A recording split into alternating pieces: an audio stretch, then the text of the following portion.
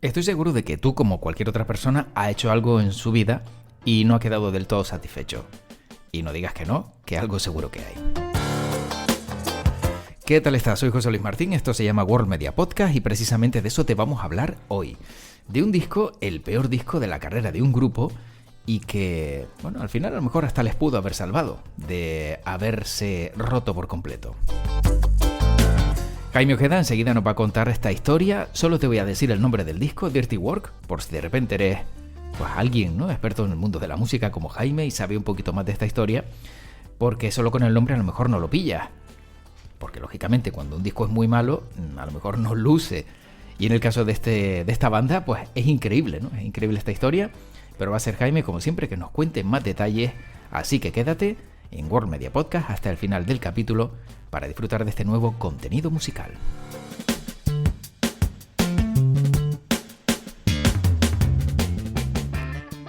Y momento, como siempre, para hablar de grandes historias de la música y encima también de grandes grupos, pero grupos que a lo mejor pues no siempre tienen ese momento de brillantes. Pero bueno, mejor lo explica Jaime Ojeda, al que saludamos ya. Jaime, ¿cómo estás?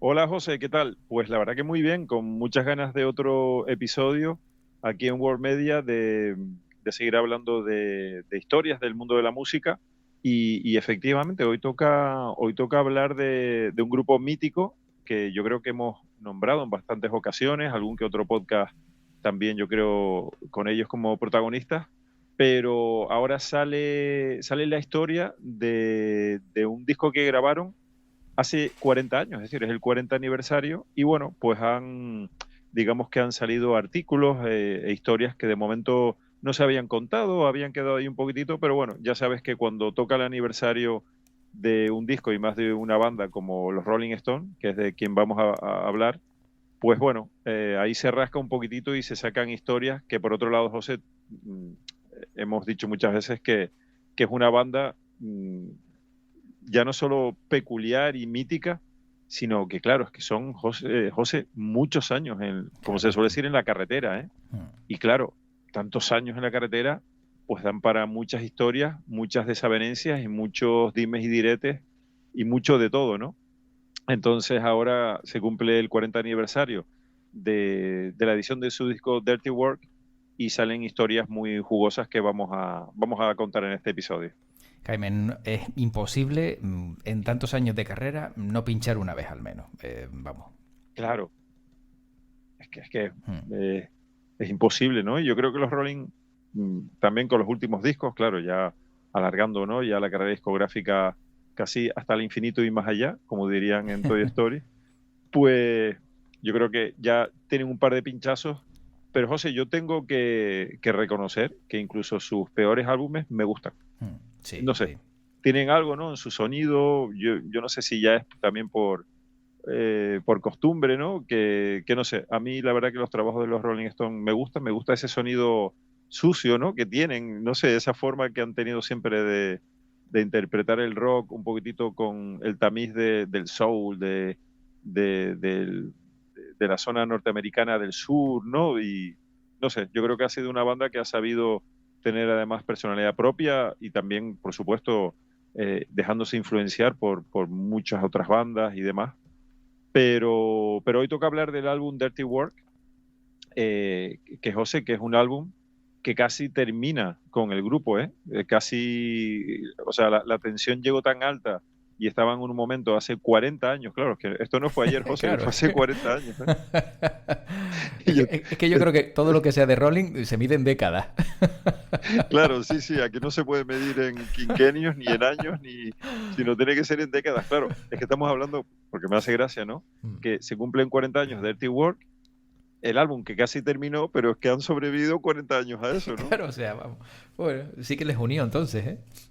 Sí, sí, o sea, tan malo no tiene que haber sido, ¿no?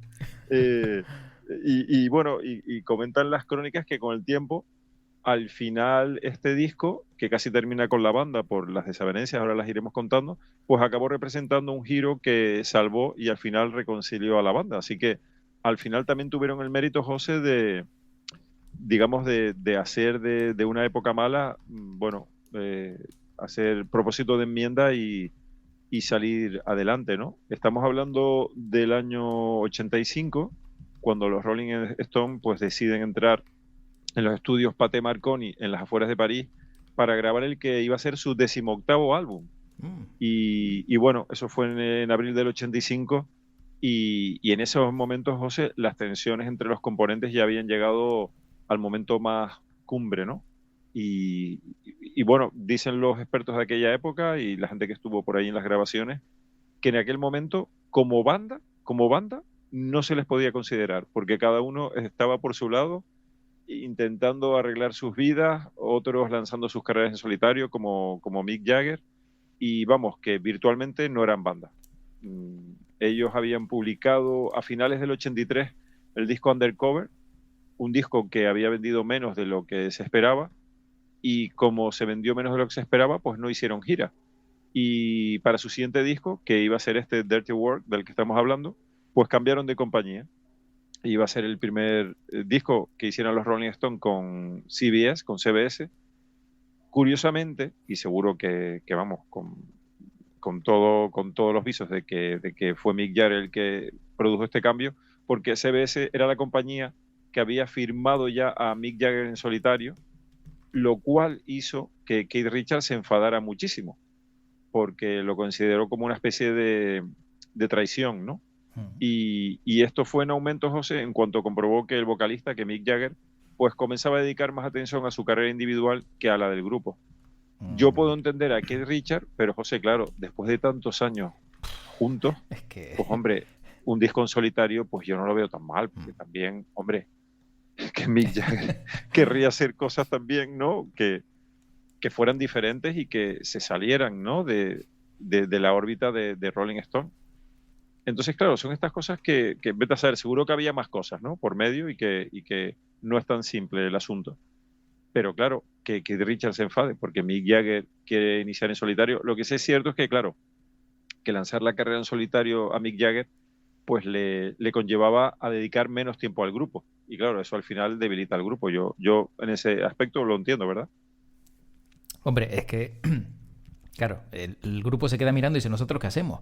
Porque Sí, es que tú, vale, te dedicas a hacer un disco por ahí, triunfas, luego te gusta, nos dejas solos. Entiendo a lo mejor un poco la angustia, entre comillas, de la familia. Que dicen, oye, si tú te vas, ¿el resto qué hacemos? Pero, no claro, sé, también como dices tú, después de tantos discos, dame un respiro. claro, claro. Y querer hacer cosas diferentes, Ujú. ¿no?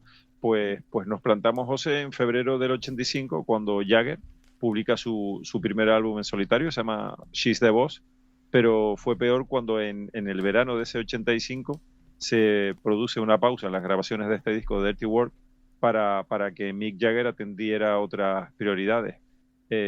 Bueno, solo 12 días después de salir del estudio parisino, seguro que los oyentes recordarán esa canción que Mick Jagger grabó junto con David Bowie, lo que fue un dueto que llevó al número uno la canción Dancing in the Street, un clásico de la Motown, que ellos versionaron y que alcanzó el número uno en 17 países. Y claro, pues ahí digamos que ya Keith Richards se enfadó muchísimo. Yo supongo que también, José, un poquitito por el ego de decir, bueno, y lo que tú dices, ¿no? ¿Y yo dónde me quedo en todo esto? Ujú. Eh, Porque, claro, Mick Jagger dejó al grupo para lograr un éxito mundial y los otros pues estarían mirando, ¿no?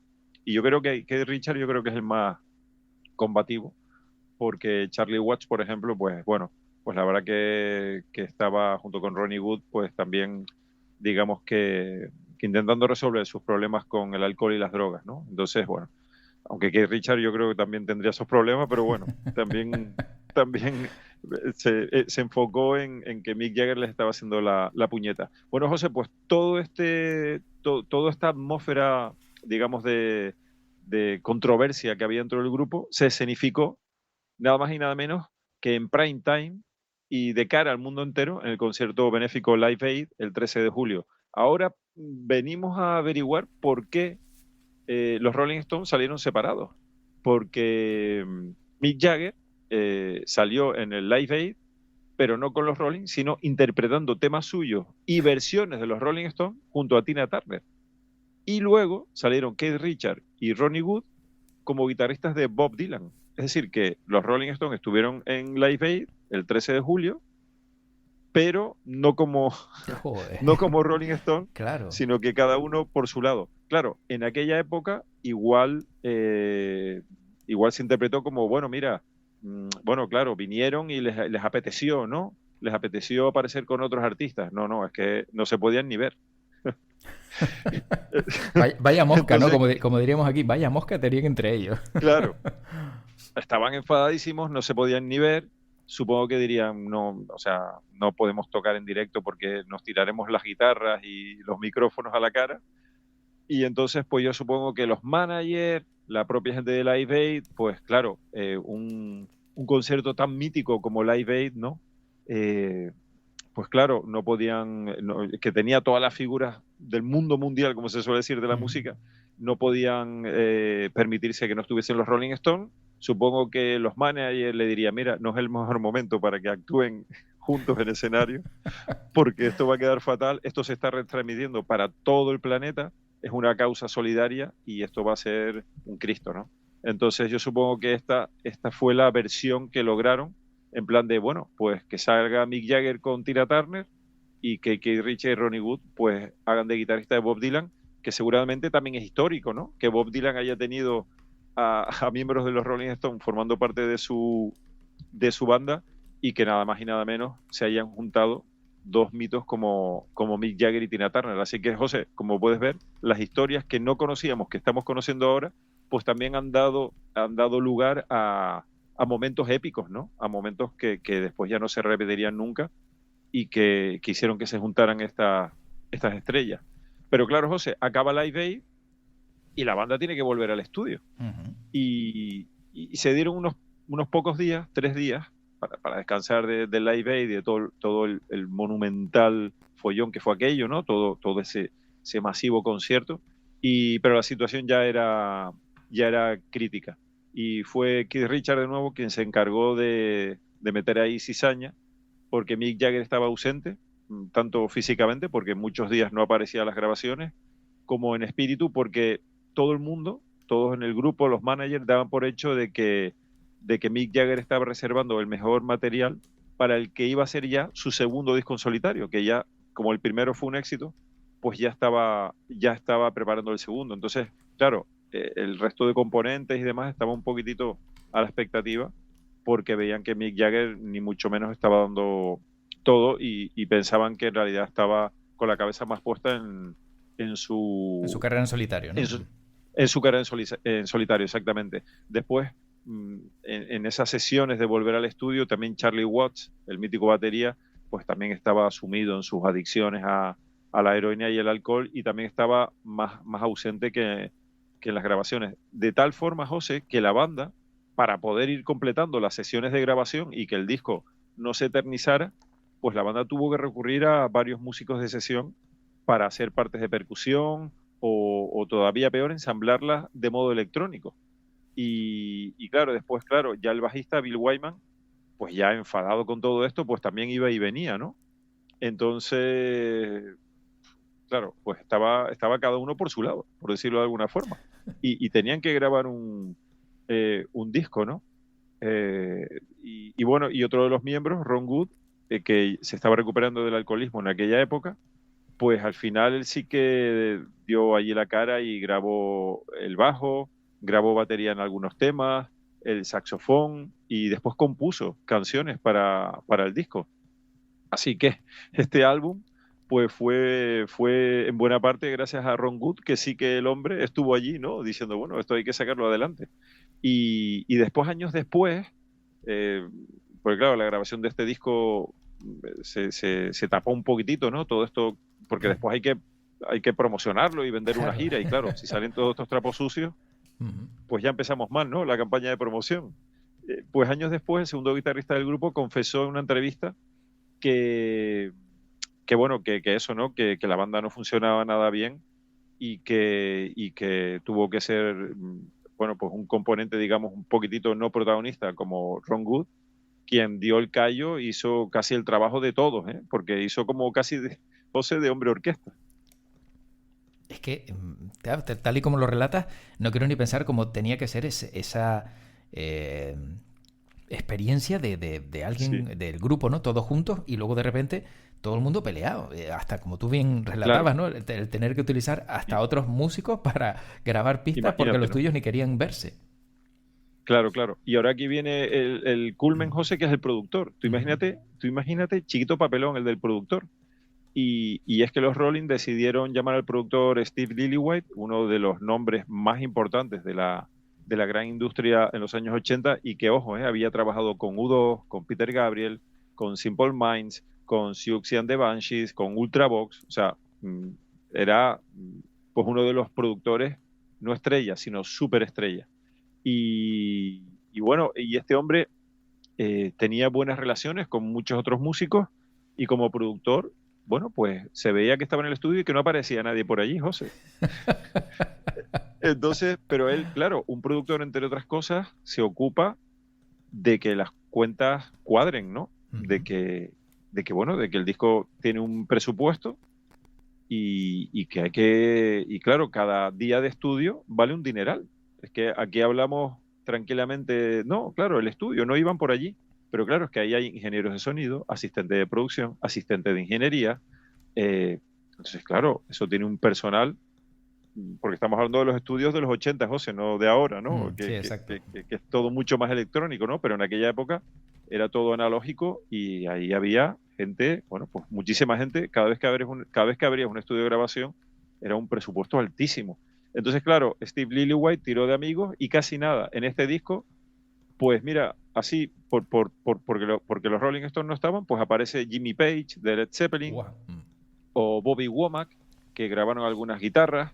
Y después para los coros, pues Steve Lillywhite llamó amigos como Jimmy Cliff o como Tom Waits o como por ejemplo Patty Scifalia, que pertenece a la banda de la E Street Band de Bruce Springsteen.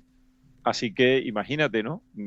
Casi por accidente, pues, aparecen en este disco de los Rolling Stones. Y con el paso del tiempo, Steve Lillywhite, concedió entrevistas y reconoció que sí, que él es el productor del peor disco de los Rolling Stones, ¿no?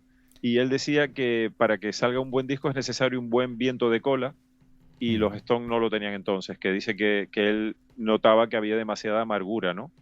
Y que además coincidió en una época en la que los Stones dijeron, bueno, hasta aquí han llegado nuestras adicciones y tenemos que ponerle punto y final, pero claro, es muy complicado, ¿no? Es una época, supongo, muy difícil, ¿no? Humanamente y personalmente, cuando tienes que parar una adicción y, digamos, arrancar de cero, ¿no? Tiene que ser muy difícil y, claro, Steve Lillywhite dice que era todo un desastre, pero que, claro, que él tenía que sacar el disco para adelante. Y él dice que, bueno, que al menos él aprendió más de ellos que ellos de mí y que esa fue la experiencia que se llegó. Así que, qué tela. Pero todavía la cosa se pone tristemente peor. Todavía queda más, ¿no? Todavía queda más porque, claro, el año sigue avanzando y el 12 de diciembre, cuando el disco ya estaba en su proceso de mezcla, es decir, ya ha acabado todo lo que es la grabación de instrumentos, composición y demás, y ahora toca mezclarlo, pues Ian Stewart, que era el pianista de los Rolling Stones, su road manager y miembro fundador, pues fallece súbitamente por un ataque al corazón. Y claro, es que esta figura, Ian Stewart, era una figura casi paternal para la banda y la verdad que la pérdida fue muy sensible. Y aunque él no había participado en la grabación, el grupo le rindió homenaje a José.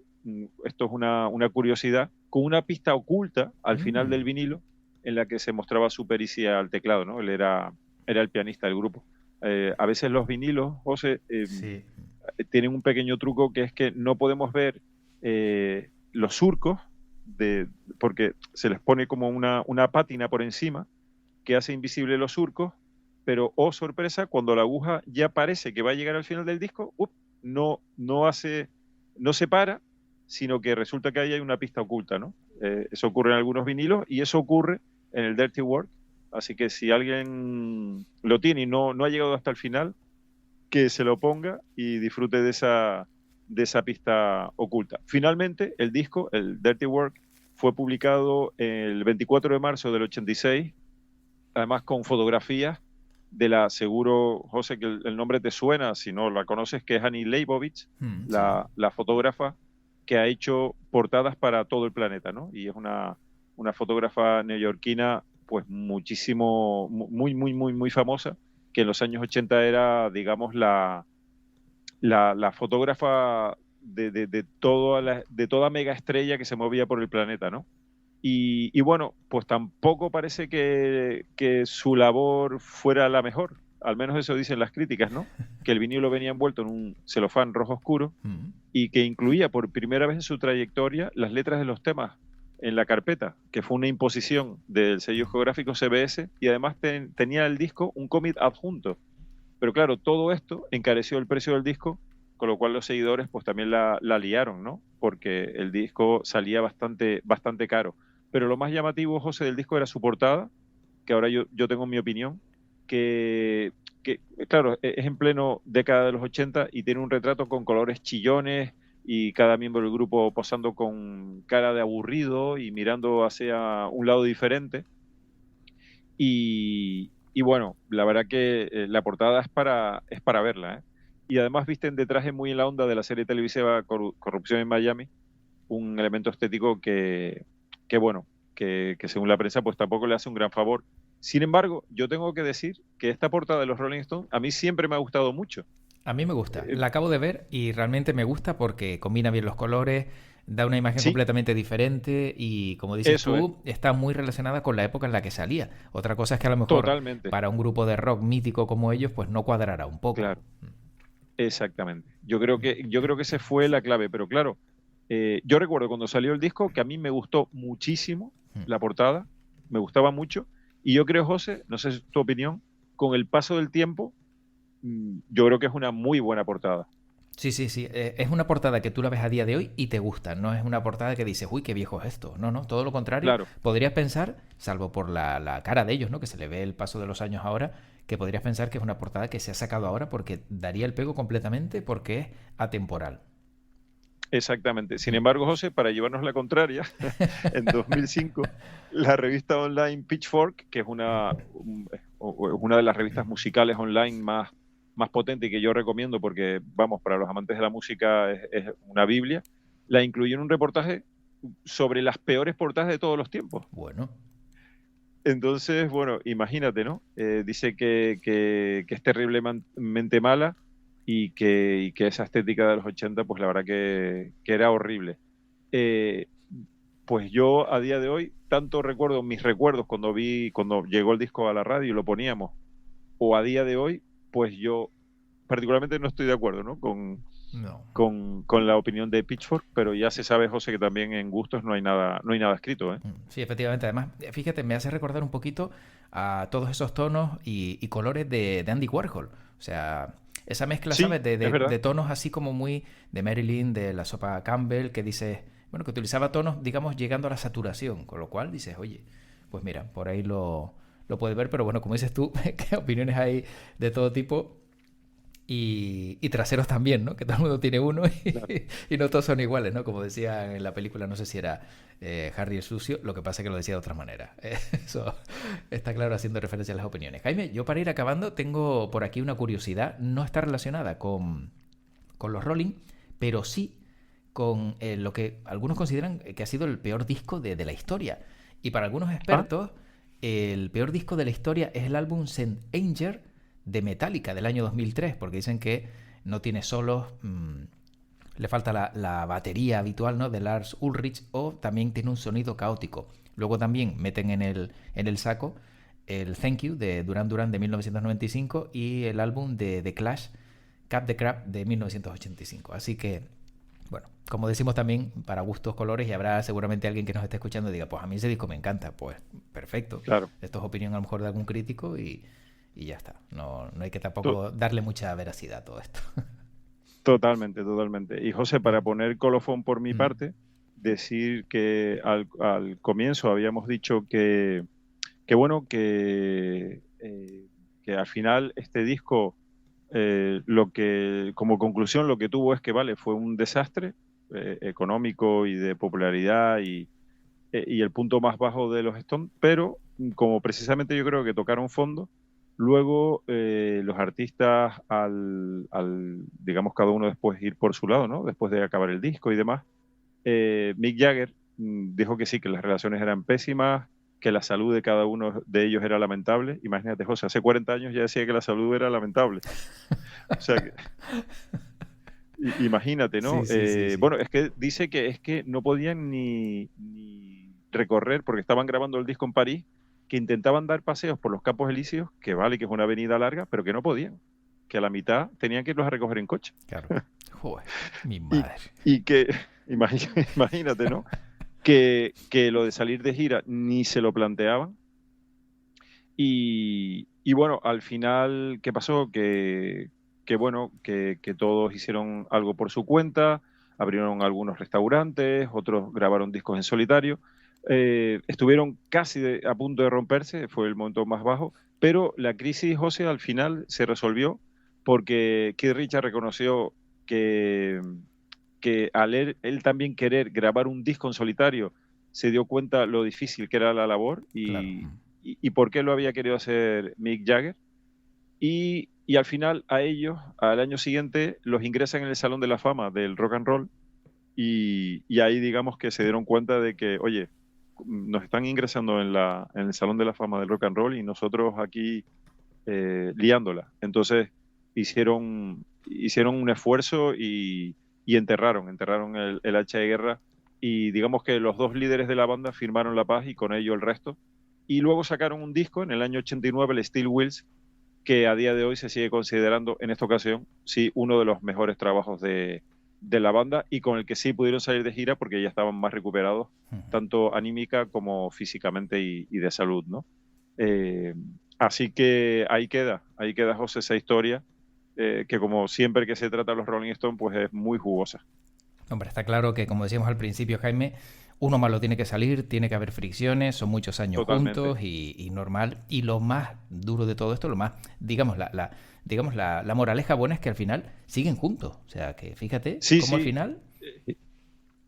Es increíble, ¿no? Sí. Y es que, José, tengo por aquí la cifra ya para terminar ahora sí, es que cumplen 65 años en activo. Fíjate, tremendo. Es que, claro, yo no sé si hay otro caso similar en la historia de la música, ¿eh?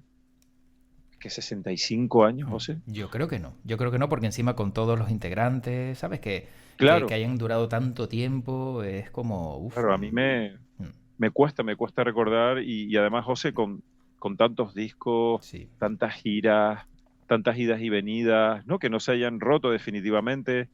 Bueno, U2 también llevan muchísimos años, pero es que U2 no llega al nivel, digamos, entre comillas, de actividad, ¿no? Que tienen todavía los Rolling Stones o esa presencia, ¿no? Que siguen teniendo los Rolling Stones, a pesar de ser U2 también una banda mítica. Entonces, claro, la verdad que esto es un caso yo creo que único, del que hoy también queríamos dar buena cuenta con esta historia que sale ahora a la luz cuando se cumple el 40 aniversario de su disco Dirty Work. Bueno, pues ha sido una fantástica historia, Jaime. Hemos conocido pequeños detalles, ¿no?, de la historia de la música que yo creo que siempre nos van a acompañar, cosas que no sabíamos. Y yo solo espero que dentro de 65 años, cuando grabemos otro podcast, sigamos igual que ahora, ¿no? Que no nos hayamos peleado en un tramo, aunque no lo descartes, ¿no? Después de tanto tiempo puede que haya alguna fricción algún día. Todo puede pasar, pero si nos hacen un ingreso en el Salón de la Fama del podcast, José, pues hombre, seguro que nos perdonaremos los problemillas que hayan podido surgir. Efectivamente. Jaime, como siempre, un placer, cuídate mucho y un fuerte abrazo y gracias por todas estas historias musicales. Igualmente, como siempre, encantado de traer estas historias, de poderlas contar aquí en World Media y como siempre esperamos que gusten y prometemos volver pronto con más historias. Sin duda, que así sea. Cuídate mucho, Jaime. Hasta pronto. Igualmente, un abrazo para todos. Lo que son las cosas, ¿eh? No te esperaba seguro al comienzo de este podcast que fueran los Rolling Stones los que grabaran ese disco tan malo, o por lo menos considerado uno de los peores discos de su carrera, y que ha cumplido pues más de 40 años. Bueno, pero también teniendo en cuenta la cantidad de años que llevan los Rolling, hasta poco me parece, ¿no? Hasta poco me parece, porque son, una banda que cuando hablamos de ellos, los años van aparejados a su trayectoria musical. Siempre que hablamos de los Rolling, sabemos que detrás hay muchos años y muchas victorias, batallas ganadas y también perdidas. A mí tan solo me queda darte las gracias por que te hayas quedado hasta el final del podcast, porque también sigas escuchando el resto de capítulos de World Media. Ya sabes que tenemos muchos: cine, música, temas sobre Canarias, hay de todo un poquito. Así que gracias por haber estado ahí, te espero en el siguiente y como siempre digo para acabar, que tu podcast te acompañe. Chao.